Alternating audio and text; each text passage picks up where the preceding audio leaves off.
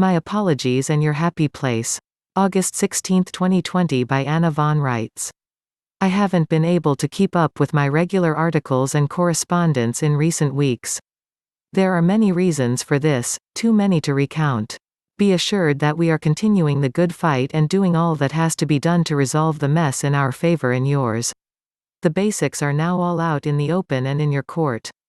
Literally. The primary work to be done is to educate everyone, and I do mean, everyone. Once people see what has been done in their names, they will be shocked, but this painful denouement also allows them to make the necessary corrections. Being the bearer of bad news is not, as I can attest, the easiest position to play, but it is necessary. Many of us have faced opposition, ridicule, and outright animosity from friends and family, too. Spouses have left, families have been broken, estates have been lost, unjust prison sentences have been imposed and served. Americans have suffered for decades under unjustified and unjustifiable legal presumptions. That is now at an end. Now, the pendulum swings.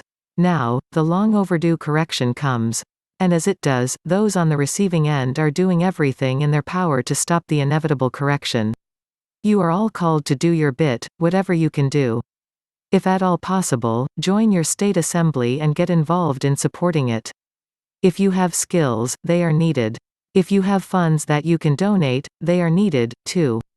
No matter what our age or condition, we all have a voice to raise and prayers to offer. And an education to pursue. We all have to deal with the fact that we don't know our own history, and that we haven't been taught the nature, form, and structure of our own government. Now that the truth is known, it is up to each one of us to learn and to teach others. Many excuses and fanciful stories are being spun and fabricated to explain the bizarre actions of our employees, both territorial and municipal, but it all comes down to this: both of the servicing corporations are bankrupt and foreign interests are still trying to place insupportable claims and demands against American assets. Our employees have sold assets that were not theirs to sell. They have made claims against their employers that are not supportable and created invalid contractual obligations. They have embraced practices which are illegal and unlawful in all jurisdictions of law. They have run amok, and while this has unjustly enriched some foreign interests, it has impoverished and defrauded us and many other innocent people worldwide. Our actual government, which is unincorporated and yes, sovereign, remains in the midst of the resulting maelstrom.